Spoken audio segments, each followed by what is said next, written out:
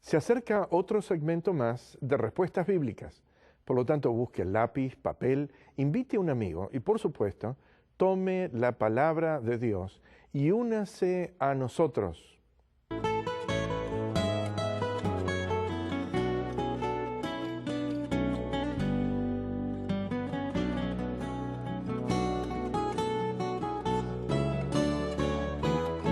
Saludos y bienvenidos amigos a otro programa más de Respuestas Bíblicas.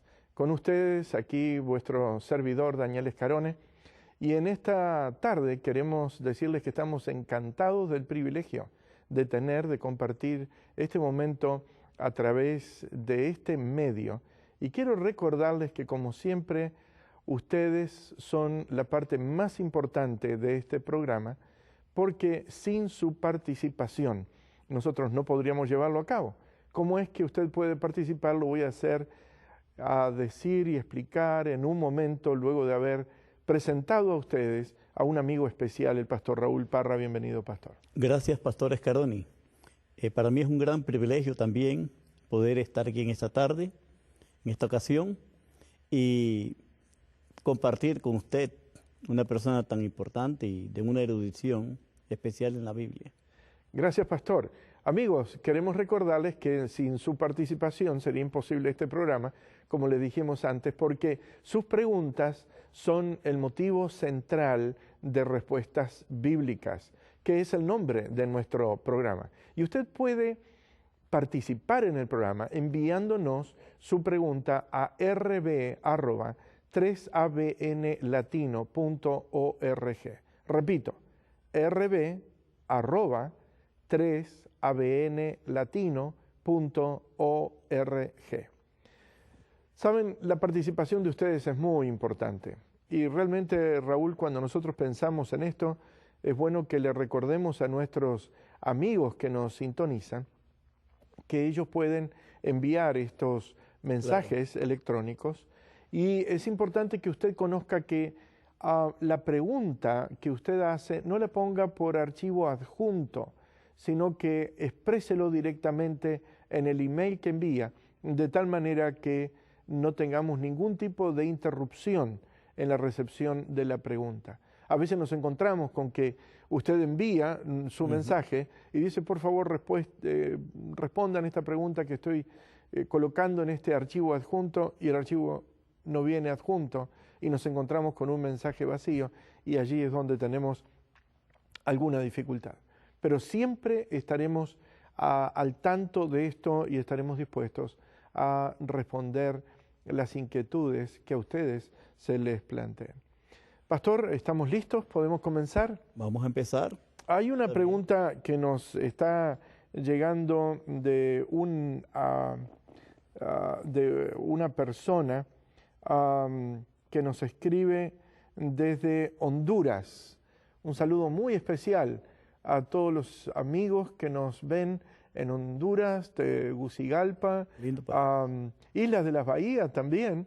Hermoso territorio es Honduras. ¿Ha estado en Honduras, pastor? He estado 3 veces en Honduras, en Tegucigalpa, y la verdad que me encanta el país. ¿San Pedro Sula? San Pedro Sula también, sí. Tenemos varios amigos allí en esa zona, y también alguien que nos hacía producción en el tiempo que estábamos en Costa Rica. Un abrazo muy especial a nuestros amigos hondureños que contemplan este programa. Dice esta persona, el hermano Víctor Espinosa de Honduras pregunta, ¿por qué se le da tanto énfasis a los diezmos y no se habla de las ofrendas, que como está escrito en 1 Corintios 16, 1 y 2? 16, 1 y 2. Es interesante lo que nos plantean aquí.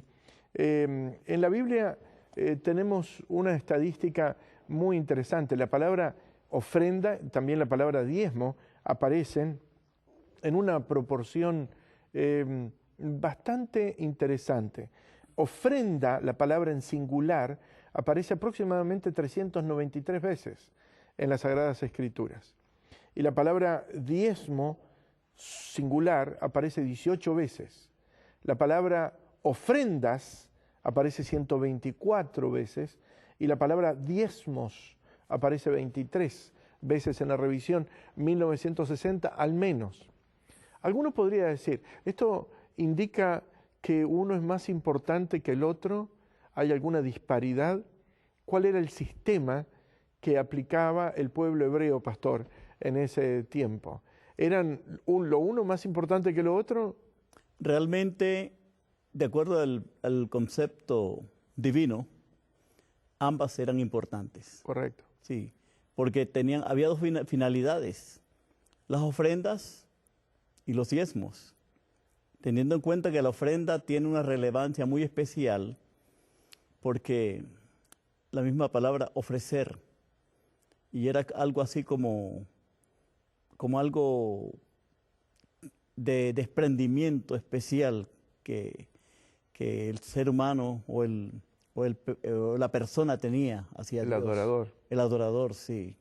Por eso encuentro que la ofrenda tiene un significado bastante profundo en el sistema hebreo y también en el cristiano. Y el diezmo también tenía definitivamente una participación especial dentro de toda esta actividad, porque era un plan establecido por el Señor, y nosotros vamos a encontrar que en el libro de Levítico, desde allí en adelante, lo vamos a puntualizar en varias ocasiones.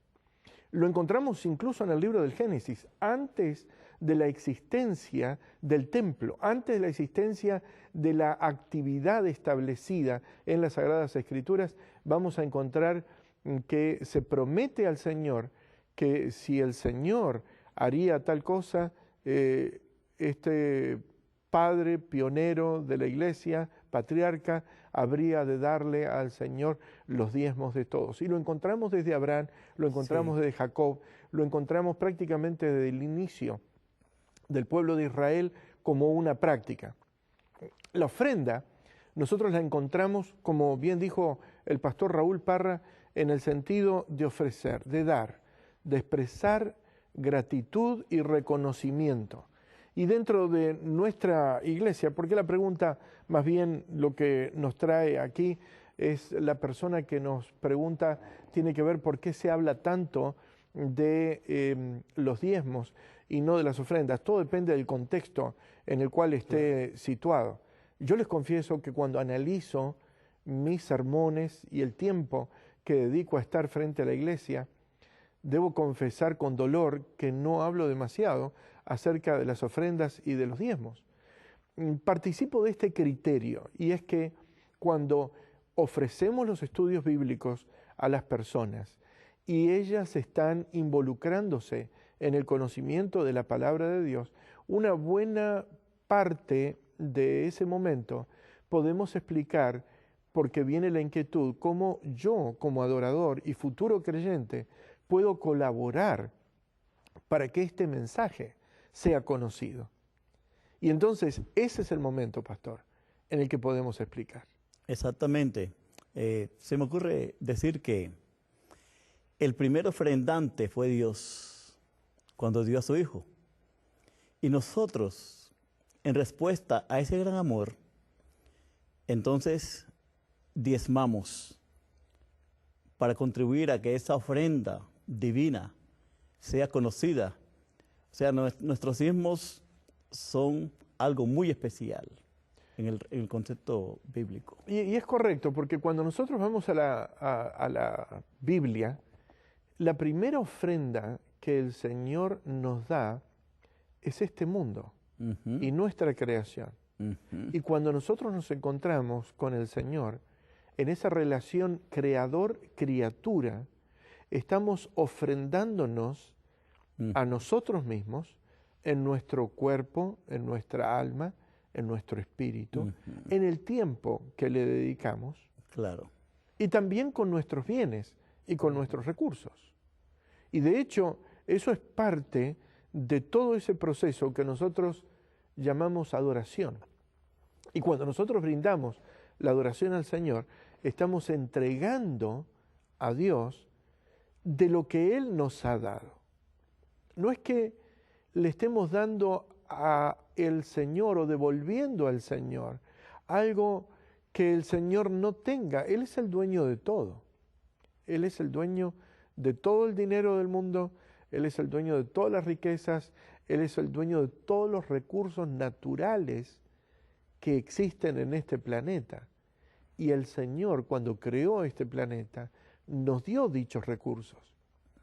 Después nosotros le pusimos límites. Después nosotros le pusimos alambradas. Le pusimos los aspectos en los cuales, en fin, que encontramos aquí. Y creo que nosotros debemos respetar esos límites como buenos ciudadanos.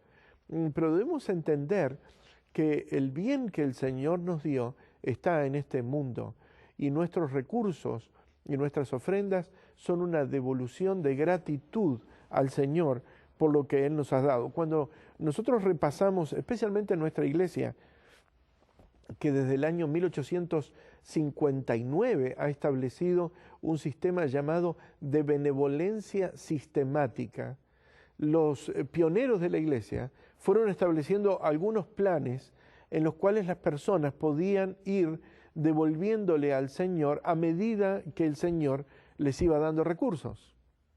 Y es interesante ver cómo algunos de ellos y algunos votos que se tomaron en el año 1859 en Battle Creek, cuando dice que cada hermano de 18 a 60 años de edad estaba por él en el almacén en el primer día de la semana de 25 a 25 centavos y cosas por el estilo. Interesante ese aspecto, ¿no? Y cada hermana podía donar de sus porciones que recibían. Y es interesante cómo allí comenzó a nacer un plan que se llamó el plan de la benevolencia sistemática. El plan de la benevolencia sistemática. Tanto el diezmo como la ofrenda son parte de lo que nosotros consideramos el orden evangélico. Y de hecho este es un aspecto muy importante. ¿Cuál es el uso del diezmo dentro de la iglesia, pastor? Bueno, el uso del diezmo está fue establecido desde la antigüedad para el sostenimiento del ministerio. O sea, la Biblia dice, el que trabaja en el ministerio, vive del ministerio. En otras palabras, la predicación es a través del sostenimiento de los ministros, mediante el sistema de los diezmos. Ese es un plan totalmente divino. Y algo que yo he venido observando, es muy importante saber que es un sistema totalmente equitativo. Porque en el diezmo, el que tiene una mayor adquisición de bienes o tiene más, da igual que el que tiene poco. Porque es la décima parte. Es un sistema equitativo y proporcional. Y proporcional. Mientras que en el caso de la ofrenda, dice la palabra, cada uno dé como propuso en su corazón. O sea, tenemos que ser muy generosos también con las ofrendas. Porque, como dice Jesús, esto era necesario hacer sin dejar de hacer lo otro. O sea que es como un águila, necesita 2 alas para volar. Ambas cosas son muy importantes, ¿verdad? Por eso es que el sistema de la ofrenda es vital. También. Es vital. Todo está dentro del plan de la salvación. Pastor, usted señaló algo y algunos televidentes estarán inquietos por esa pregunta. Usted dijo que es para el sostenimiento del cuerpo ministerial, sacerdotal en el Antiguo Testamento, exactamente. Pastoral sería en la actualidad.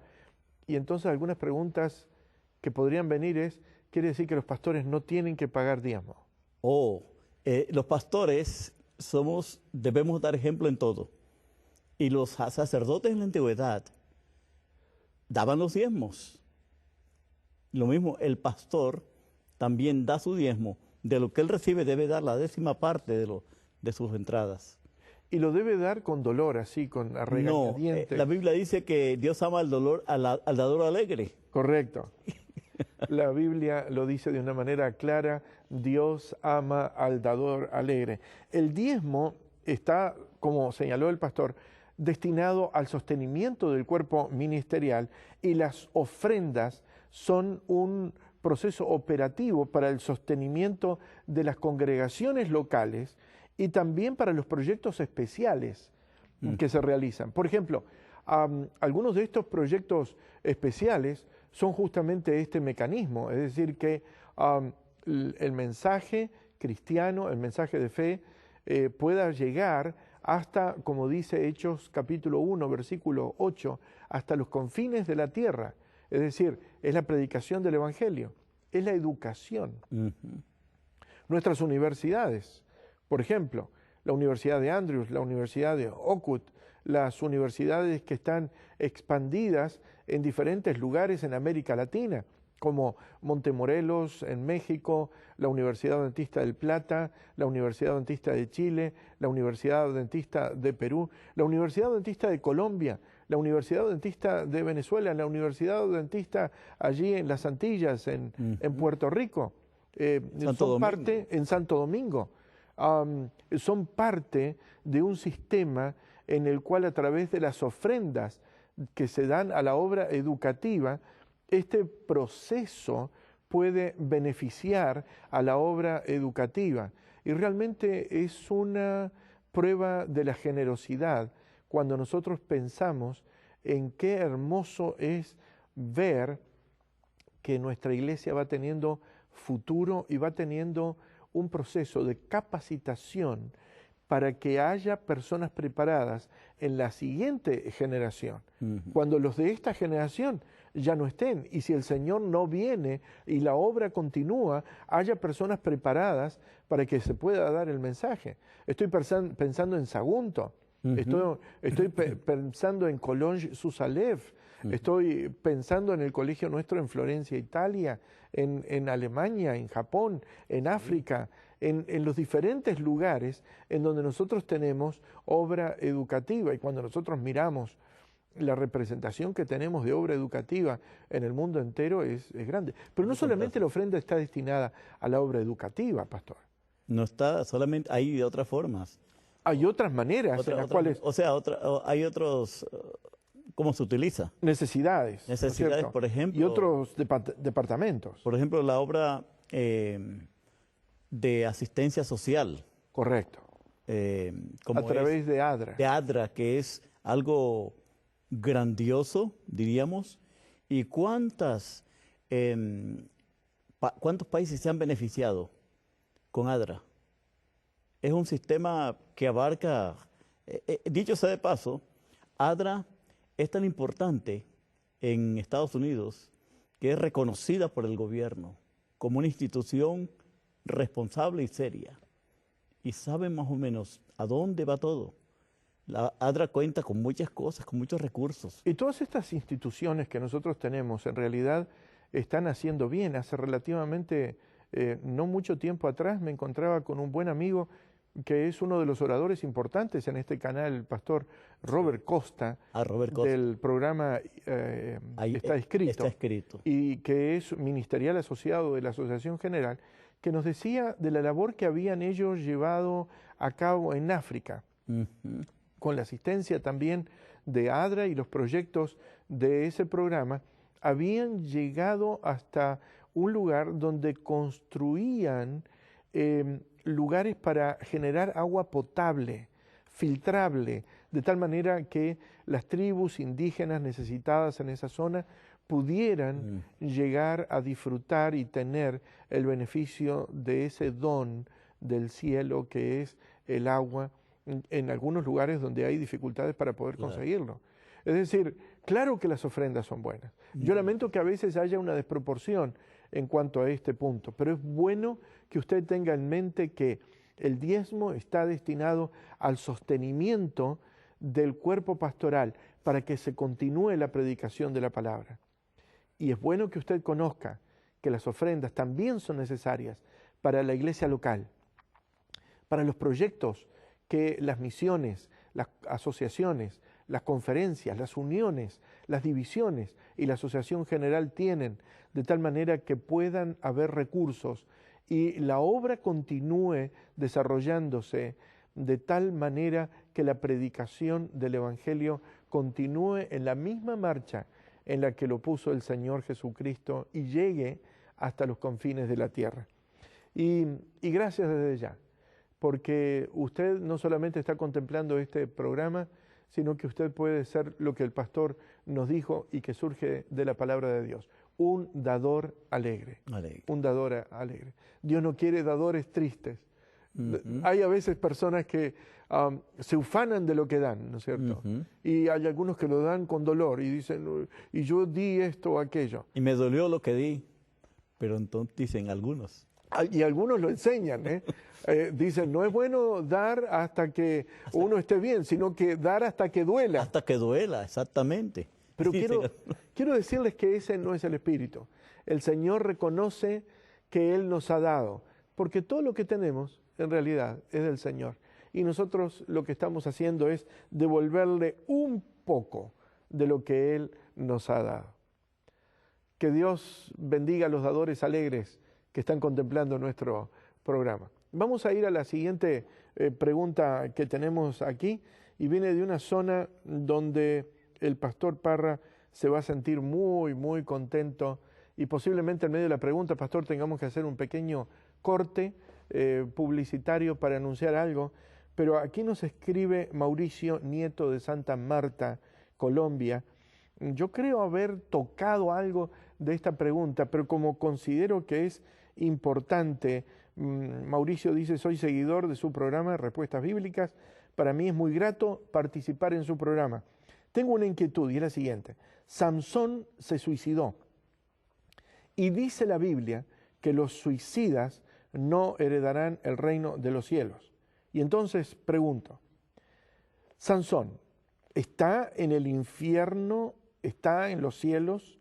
Ya que le pregunté a un pastor que en pacto que hizo con Dios, con el pueblo de Israel, Sansón se salvaba. No sé qué quiso decir o quizás no lo entendí, dice Mauricio. Le agradezco su respuesta y cómo no, Mauricio, aquí estamos para responder esta pregunta. Samsón fue un personaje especial. Y es muy interesante que encontramos por lo menos 2 libros de la Biblia que nos hablan acerca de Sansón. Uno es el libro de los Jueces y el otro es el libro de Hebreos. De Hebreos, capítulo 11. Es decir, Sansón fue un juez del pueblo de Israel. ¿Qué recuerda, pastor, de Sansón? Bueno, desde pequeño lo que más me atraía de Sansón era su fuerza. Y bueno, Sansón, pero recuerdo en cuanto a Sansón que era un hombre que realmente amaba la obra de Dios, pero tenía muchas debilidades. ¿Cuál era una de ellas? Una de esas debilidades es que era, digamos, el sexo opuesto, ¿verdad? Y sobre todo porque él no quiso nunca buscar a una dama de su propio pueblo, el pueblo judío, sino que siempre miró hacia afuera. Y creo que ahí radicó realmente, ahí empezó el fracaso de él. A pesar de que los papás hicieron todo lo posible para poder, pastor, cambiarle la mente, ¿no es cierto? Exactamente, sí. Y a veces nos encontramos con ese es un problema que a veces ocurre también dentro de nuestro tiempo aquí en la iglesia, ¿no es cierto? Exactamente, sí. Hay personas que miran más afuera que adentro. Y se le aconseja, por ejemplo, a los jóvenes que busquen, en nuestra iglesia busquen personas que sean de la misma fe, porque el respaldo de la fe es muy importante para la vida espiritual. Y por eso hay que tener mucho cuidado en esto. Esa es, como dice el pastor Parra, una de las 3 decisiones fundamentales que se aconsejaba. ¿Se acuerdan aquellos sermones, pastor, que escuchábamos acerca de las decisiones fundamentales en la vida? Ajá. La decisión, en primer lugar, de la elección de la fe. De la fe. Esa la tenía solucionada Sansón. La tenía. Él era un adorador del Dios verdadero. Sí. Pero en segundo lugar, la segunda decisión, además de la fe, era la vocación. Es decir, ¿a qué nos vamos a dedicar en nuestra vida personal? ¿Cuál va a ser el lugar donde vamos a poner todos nuestros talentos? ¿Cuál es nuestra vocación? ¿Cuál va a ser la orientación fundamental de la vida? En resumen, ¿a qué me voy a dedicar? Es como cuando le preguntan a usted, ¿usted qué es? ¿Y qué responde usted? Bueno, yo soy un pastor. Yo soy un pastor. Así Y es. entonces usted está diciendo que su labor fundamental se dedica a la labor eclesiástica Ujú. que tiene que ver con sus tareas. Y entonces la tercera decisión, Es con quién me casaré. ¿con quién voy a desarrollar ese proyecto de vida Mm, y con qué persona lo voy a realizar, ¿no? Exactamente, sí. Es como que a veces algún joven se acerca a una joven y le dice, ¿qué vas a hacer el resto de tu vida, no? Ujú. Es una pregunta interesante. Sí, sí, sí. Y en algún, claro, lo que quiere decir el joven es, no hay un lugar en el resto de la vida tuya en el cual Yo pueda caber. yo pueda tener un lugar, un espacio, a lo menos cerca, ¿no? Ujú. Lo más cerca posible. Y la joven decide si va a ser muy cercano o si no está pensando en esa persona. Ujú. Y es interesante, esas tres decisiones juegan un papel fundamental en la vida de cada persona. Sí. Son decisiones muy importantes y decisivas. ¿Cómo juegan papel influyente, pastor? Porque aquí seguramente algunas personas que nos están viendo se preguntarán en qué sentido hay importancia en esto. Y antes que usted me responda, yo quiero decirles a nuestros amigos oyentes y a nuestra amable audiencia que usted puede participar con sus preguntas en este programa. Y este es un buen momento de hacer este pequeño corte y este anuncio para decirles, por favor, escríbanos a rb@3abnlatino.org.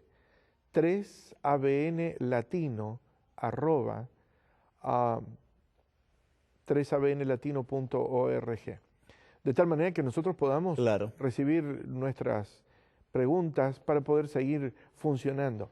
De hecho, esto es importante que nuestros oyentes conozcan que ellos pueden enviar las preguntas. RB significa respuestas bíblicas. Ujú. RB, respuestas bíblicas, es lo que significa. Escríbanos a rb@3abnlatino.org. O pueden también comunicarse con nosotros escribiéndonos a la dirección 3ABN Latino Respuestas Bíblicas, P.O. Box 220 West Frankfurt, IL 62896. Y también pueden llamarnos al teléfono 618-627-7021 y al teléfono 1-800-752-3226. Y, como dijimos al principio, escribirnos a rb3abnlatino.org. Muchas gracias por la atención a este aspecto. Estábamos mencionando, pastor, en qué sentido a veces estas preguntas pueden ser operativas en la vida de una persona. Y vamos a volver a Sansón. Pero, ¿por qué son cruciales? En primer lugar, si una persona deja de lado la primera, va a estar dejando de lado al Dios de la vida. Claro. Y la pregunta principal en la vida de la fe y el papel de Dios en la vida es fundamental. Eso es fundamental. Es la base Es la de la base. existencia humana. Obviamente, Sí. la respuesta de vida, de fe, Ujú. es importante. La segunda es ¿a qué me voy a dedicar? La vocación. Hay algunas personas que no siguen una vocación de acuerdo a sus capacidades y talentos. Y a veces nos encontramos que se sienten miserables. Y vienen los el chascos resto. y las frustraciones. Y vienen los chascos y las frustraciones después. Sí. Y hay algunas personas que toman decisiones erróneas en la vida matrimonial y a veces nos encontramos que el matrimonio se torna en un problema serio. Sansón tenía solucionado, yo diría, la primera y la segunda, pero cometió un error en el tercero. Y como usted dice, se eligió para que fuera la persona de su vida, ¿quién? Contra el consejo de sus padres. ¿Quién? Una filistea. Una filistea. Es decir, una persona que no pertenecía al pueblo de Israel y lentamente la fue conduciendo con sus enemigos. ¿Él vio o no los engaños de esa mujer, Dalila? Realmente los vio, pero estaba tan ciego, tan obsesionado por ella, diría, que prácticamente como que perdió la sensibilidad en cuanto o sea, no fue inteligente. Esto lo vamos a encontrar para los amigos lectores que están contemplando nuestro programa en los capítulos 14 al 16 del libro de los jueces. Y definitivamente esto lo condujo a Sansón a encontrarse en manos de los filisteos, porque el poder que Sansón tenía para poder defender al pueblo de Israel se estaba presentando en un problema para sus enemigos.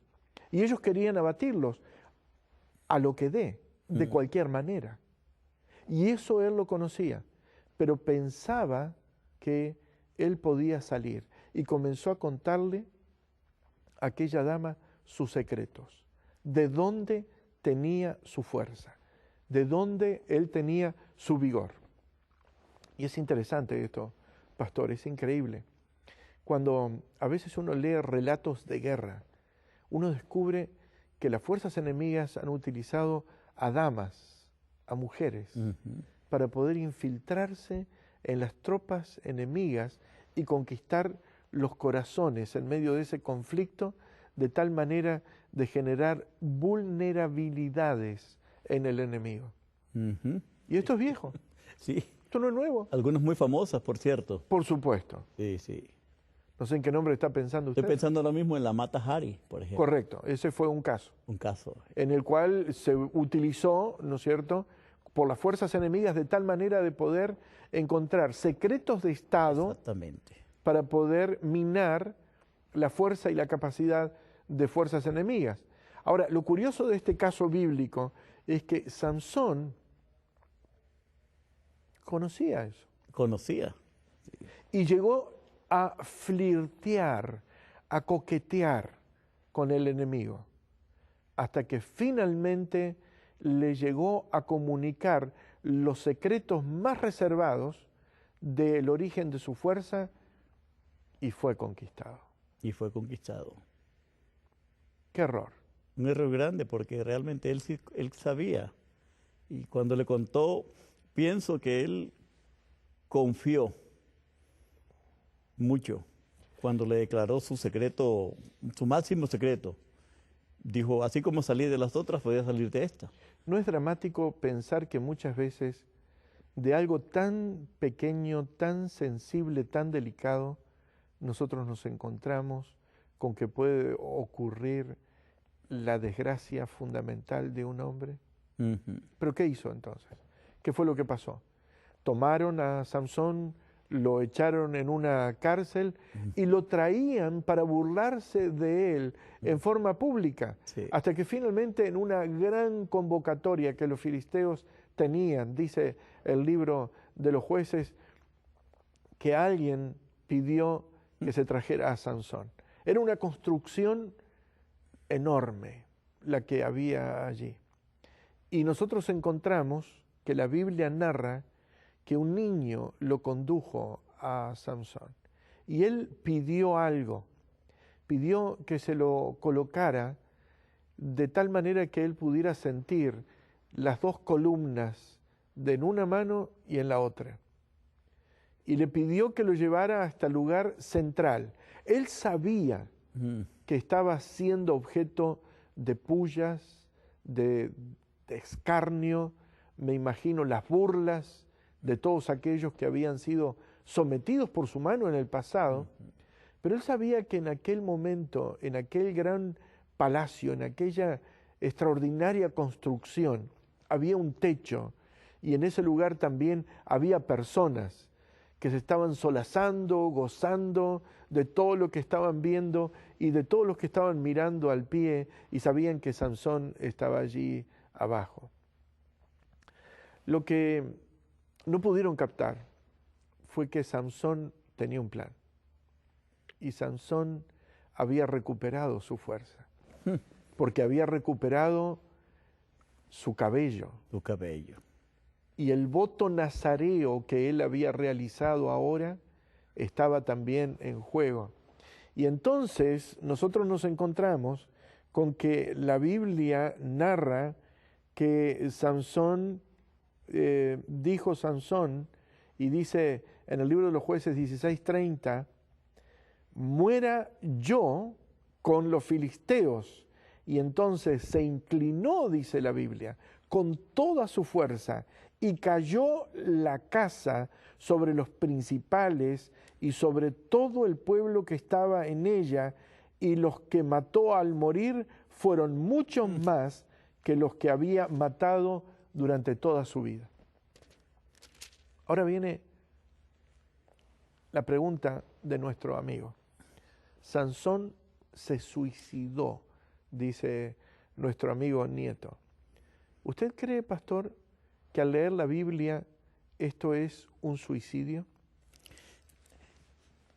Yo creo, soy primeramente convencido en la gracia de Dios y en la misericordia.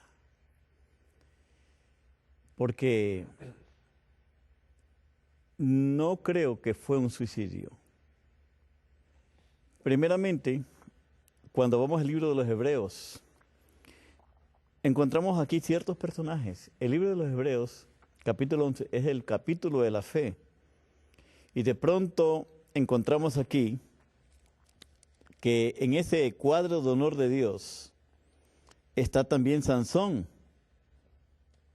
Aparece Sansón. Y allí en el versículo 32 del libro de los Hebreos, capítulo 11, dice, ¿y qué más digo? Porque el tiempo me faltaría contando de Gedeón, de Barak, de Sansón, de Jefté, de David, así como de Samuel y de los profetas. Entonces encuentro que la obra de Sansón fue una obra especial y que en su momento clave tuvo tanta fe. Y ya Sansón, él experimentó el perdón y la misericordia de Dios. En este caso, Sansón realizó un acto como si fuera un héroe nacional para el pueblo de Dios. Correcto. Es decir, ahora poniendo, digamos, todo en juego, nos encontramos con un hombre que cometió un error. Sí. Nos encontramos con un hombre que reconoció su error, posiblemente confesó su pecado. Uh-huh. Y llegó el momento en el cual en su corazón se propuso decirle al Señor, Señor, yo voy a hacer algo por tu pueblo. Porque los filisteos estaban en guerra contra el pueblo de Dios. Y él era el único representante del pueblo de Dios que podía llegar a hacer algo importante en favor, en medio de ese conflicto terrenal en el que vivían. Y nosotros encontramos que en medio de esa condición, Sansón tomó su decisión y murió tomando esa decisión. Pastor, ¿me permite? Esto no es un suicidio enseguida, sí. Es un acto de guerra. Acto de guerra, sí. Pastor. Me viene a la mente otro personaje de la Biblia, del cual se dice que el Espíritu de Dios se retiró de él, y fue Saúl. El caso de Saúl y el caso de Sansón son totalmente diferentes. Entonces encuentro aquí que el Espíritu de Dios estaba con Sansón, que Sansón, como usted dijo, pastor, se arrepintió. La Biblia no nos da los detalles, nos presenta simplemente el hecho, pero tuvo un buen tiempo Sansón para reflexionar en su prisión. Sin embargo, la Biblia dice algunas cosas de las cuales podemos deducir qué fue lo que pasó. Por ejemplo, el versículo 28 dice, entonces clamó Sansón a Jehová y dijo, Señor Jehová, acuérdate ahora de mí y fortaléceme, te ruego, solamente esta vez, oh Dios, para que de una vez tome venganza de los filisteos por mis ojos.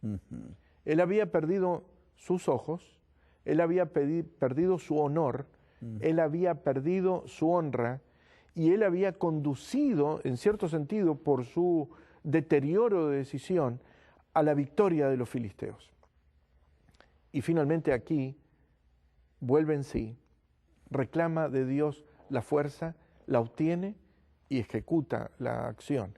Y nosotros encontramos que el libro, la epístola a los Hebreos, ábrala por favor, en el capítulo 11, como dijo el pastor Parra, es el capítulo de la fe. Dice, ¿y qué más digo? Versículo 32. Porque el tiempo me faltaría contando de Gedeón, de Barak, de Sansón, de Jefté, de David, así como de Samuel y de los profetas, que por fe conquistaron reinos, hicieron justicia, alcanzaron promesas, taparon bocas de leones, apagaron fuegos impetuosos, evitaron el filo de la espada, sacaron fuerzas de la debilidad, se hicieron fuertes en batallas y pusieron en fuga ejércitos extranjeros.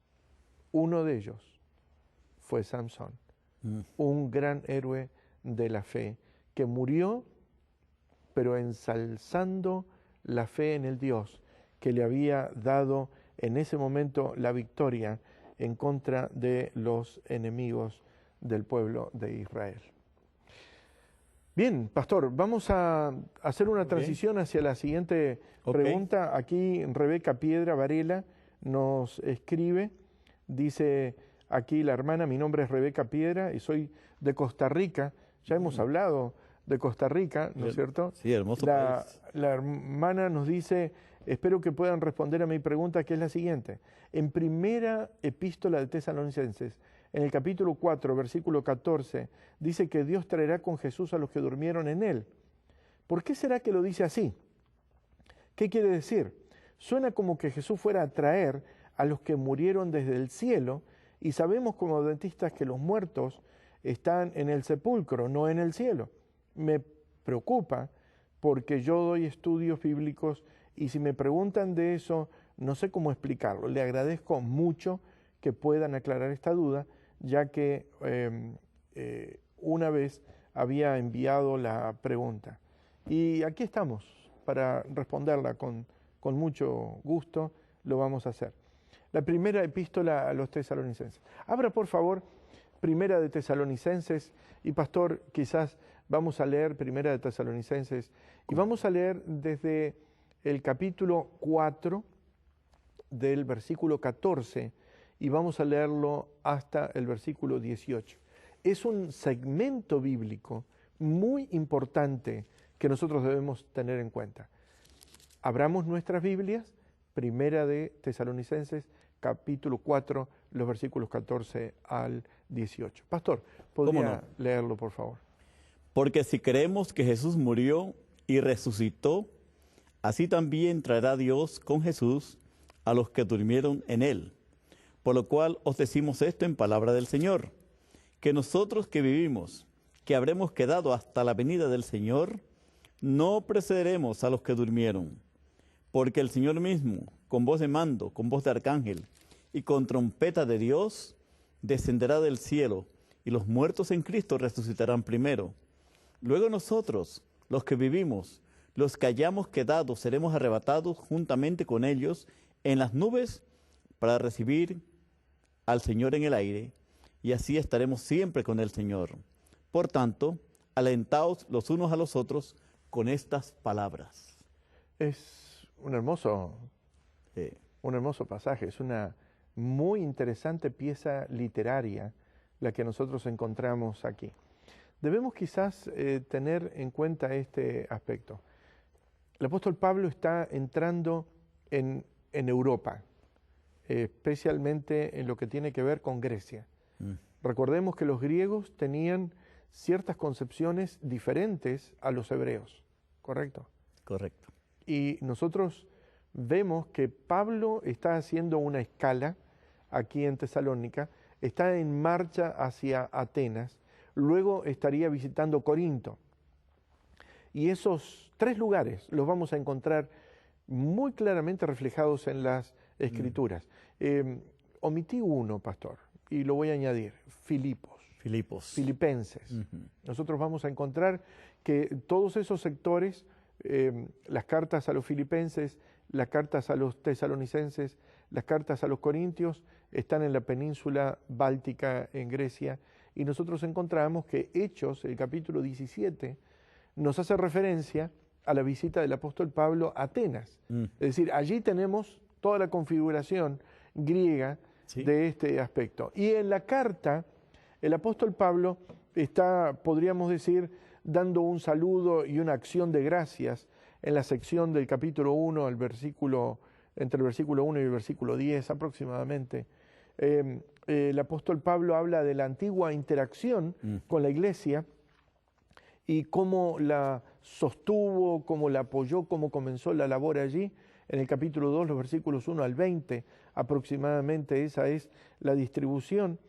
Habla de la visita de Timoteo que habría de haber en 1 Tesalonicenses 3, 1 al 13, y también algunos aspectos que se presentaban como problemas, como aspectos importantes para la iglesia en Tesalonicenses 4, del versículo 1 al capítulo 5, el final, como por ejemplo las relaciones que deben tener los cristianos, especialmente la preocupación por los muertos.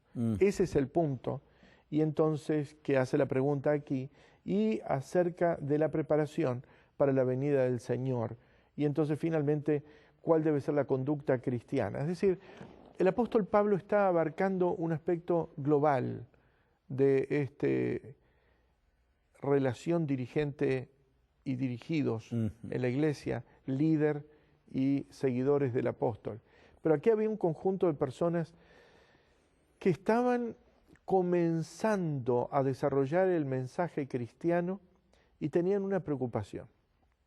La preocupación era la siguiente. El apóstol Pablo había anunciado la venida del Señor y que cuando el Señor viniera, los muertos habrían de resucitar, los que estaban presentes. Y entonces algunos de ellos estaban preocupados, pensando, ¿qué pasará con nuestros antepasados? ¿Qué pasará con los que ya descansaron? Esa era la pregunta primordial, ¿no es cierto? Claro. Y entonces el apóstol, vamos a repetir lo que el pastor dijo, tampoco queremos, hermanos, que ignoréis acerca de los que duermen. La expresión, el verbo dormir o dormitar en las Sagradas Escrituras es un sinónimo figurativo, lingüístico, de la muerte, el dormir, ¿no es cierto? Y nosotros encontramos eso en un caso en Juan, capítulo 11. Y le voy a pedir al pastor que lo lea esa sección, capítulo 11, versículo 11 al versículo 13 del Evangelio según San Juan, donde nos encontramos con que un querido amigo del Señor Jesús había muerto. Pero ven ustedes la narrativa, lo que se plantea. ¿En el capítulo 11? Versículo 11 al 13. Ok. Dice, dicho esto, les dijo después, nuestro amigo Lázaro duerme, mas voy para despertarle. Dijeron entonces sus discípulos, Señor, si duerme, sanará. Pero Jesús decía esto de la muerte de Lázaro, y ellos pensaron que hablaba del reposar del sueño. Es decir, como vemos, esto es muy interesante, pastor. Sí. Cuando respondemos preguntas bíblicas, nos encontramos con que los mismos autores en los que la Biblia interactúa tenían sus interrogantes. Ellos mismos tenían sus preocupaciones. Y no solamente tenían sus preocupaciones, tenían sus confusiones. También confusiones, sí. Porque estaban hablando el mismo idioma. El Señor Jesús y los discípulos estaban interactuando bien. Y entonces ellos sabían que Lázaro estaba enfermo. Ellos sabían que Lázaro estaba enfermo. Y entonces Jesús les dice, Lázaro duerme. ¿No es cierto? Y entonces ellos dijeron, oh, está bien, porque si duerme, entonces sanará. Va a sanar. Y entonces ahora encontramos que Juan, en el versículo 13, nos aclara y nos dice, pero Jesús decía esto de la muerte de Lázaro. Es decir, Jesús, a la distancia, nadie se lo había dicho. No hay nadie que llegue a Jesús y le dice, Señor, Lázaro murió. Pero en ese instante Jesús, la divinidad, demostró a los discípulos que Él conocía, porque Él dijo, nuestro amigo Lázaro duerme. Pero inmediatamente nos revela también su intención. Dice, voy ¿a qué? A despertarlo A del despertarle. sueño. Y esto es lo que va a ocurrir, pastor, y lo que describe el apóstol Pablo en Tesalonicenses. Y ahora el apóstol les está diciendo, no se turben. No queremos, hermanos, que ustedes ignoren acerca de los que duermen, para que no os entristezcáis como quienes. Como los otros que no tienen esperanza. Hay una diferencia muy grande entre la esperanza que tiene el creyente y la esperanza que tiene aquel que no cree que hay vida después de la vida. Tremendo abismo de separación entre uno y otro. Y entonces el apóstol dice, porque si creemos que Jesús murió y resucitó, así también traerá Dios con Jesús a los que durmieron en Él. Y ahora le decimos a quien nos envió la pregunta, por favor, tome en cuenta el versículo 14 y tome en cuenta el versículo 16 y también el 17. Y les confieso que al principio, cuando leí la pregunta de nuestra hermana, y les confieso, pastor, también, que quedé un poquito confundido, porque la persona que nos hace la pregunta distingue 3 grupos, y yo veía solamente 2. ¿Cuáles eran los 3 grupos?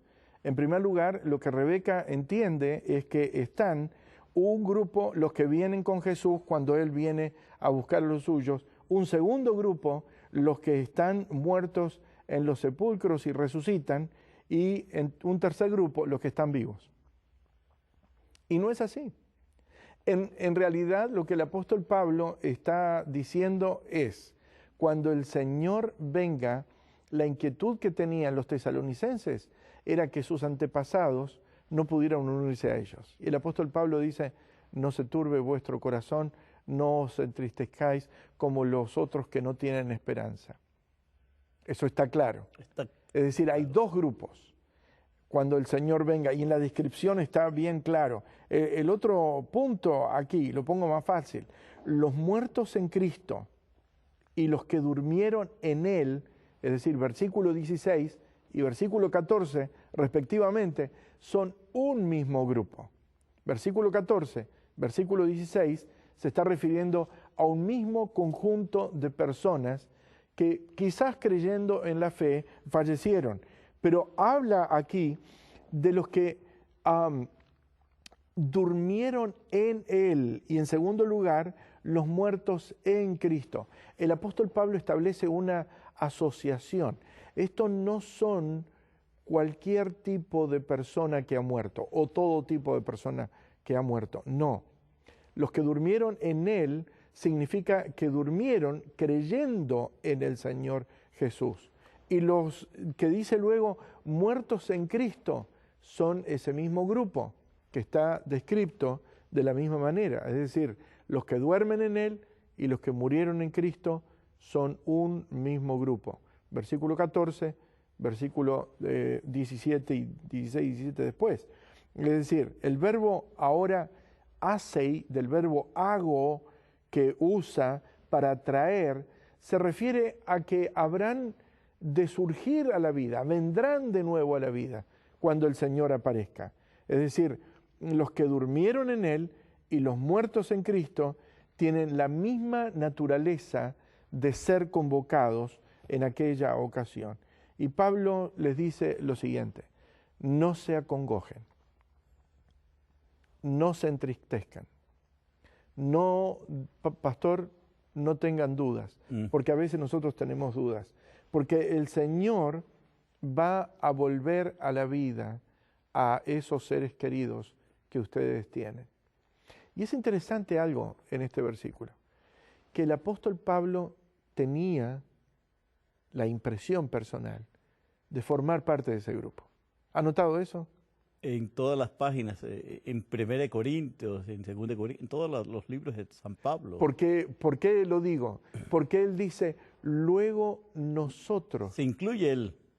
Primera persona de plural, Sí. es inclusivo. Sí. Luego nosotros, los que hayamos quedado. Ahí aparece ahora la posibilidad de que el apóstol Pablo lo deja en las manos del Señor. Ajá. Si él queda hasta el final o no, ya está en las manos del Señor.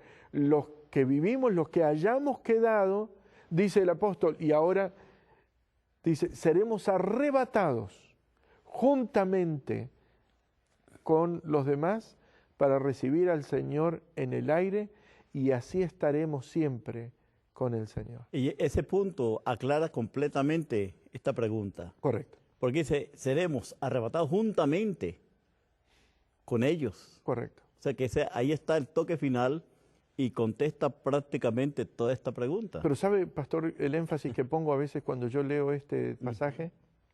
Es en el versículo 18, no lo olviden. El texto termina diciendo, por tanto, alentaos los unos a los otros con estas palabras. Hay personas que utilizan otras palabras y entonces dicen, por ejemplo, no teman, vuestro padre o tu papá o el difunto que ha fallecido está con el Señor en el cielo. Esto no es lo que dice la Biblia. Esto no es lo que dice la Biblia. No. Estas palabras del apóstol Pablo dicen que aquellas personas están descansando en sus sepulcros, esperando el momento en el cual el Señor, con voz de mando, con voz de arcángel y con trompeta, vendrá y habrá de llamar a los muertos y estos volverán a la vida. Qué hermoso momento y qué hermosa esperanza las que nos plantea las Sagradas Escrituras. ¿No siente usted que su corazón debe latir con esta esperanza que está en la palabra de Dios? Si esa es su esperanza, dígale al Señor, Señor, quiero ser tuyo. Gracias por acompañarnos. Y no deje de acompañarnos en este su programa, Respuestas Bíblicas. Usted puede participar, como usted lo sabe. Escríbanos a Respuestas Bíblicas a rb@3abnlatino.org y siempre estaremos aquí, dispuestos a trabajar juntos en las respuestas que surgen de la Biblia, la palabra de Dios, que es nuestra fe.